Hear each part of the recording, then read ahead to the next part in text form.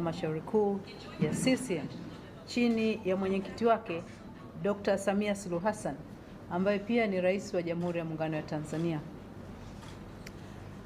Kamati kuu na halmashauri kuu zilikuwa na ajenda za jumla ambazo zilijadiliwa, na kati ya ajenda zilizojadiliwa leo kulikuwa na swala la nidhamu na maadili ambalo lilikuwa linamkabili mwanachama mwandamizi wa chama chetu, mjumbe wa kamati kuu na halmashauri kuu, ndugu Balozi Dr. Emmanuel Nchimbi. Na katika swala hilo vikao vyote vilijadili kwa makini masuala yaliyohusu nidhamu na maadili, na baada ya kuzingatia taarifa zote zilizokuwepo, ilithibitika kwamba katiba ya Chama cha Mapinduzi pamoja na kanuni zake vilikiukwa.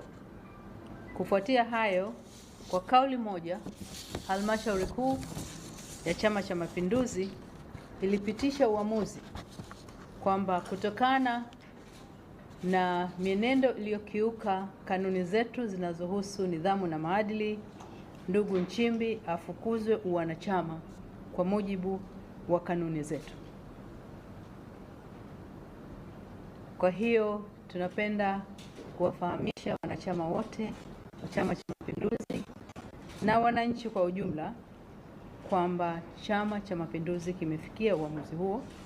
Kwa hivyo kuanzia hivi sasa ndugu Nchimbi amefukuzwa wanachama na sio mwanachama tena wa Chama cha Mapinduzi.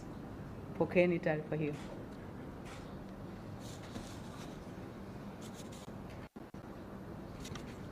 Tumemaliza.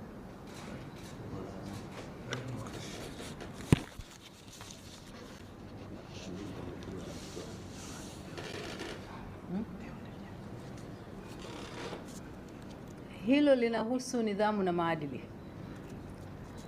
Lakini vile vile kuna uamuzi mwingine wa muhimu uliofanywa na halmashauri kuu ya CCM Taifa, na ni kupokea na kupitisha jina katika hatua ya awali ya mtu ambaye atapendekezwa kwa mujibu wa taratibu za katiba kuwa makamu wa rais wa Jamhuri ya Muungano wa Tanzania, na huyo ni ndugu Deogratius John Ndejembi. Halmashauri kuu kwa kauli moja imempitisha mwanachama wetu huyo kuchukua nafasi ya makamu wa rais, na hilo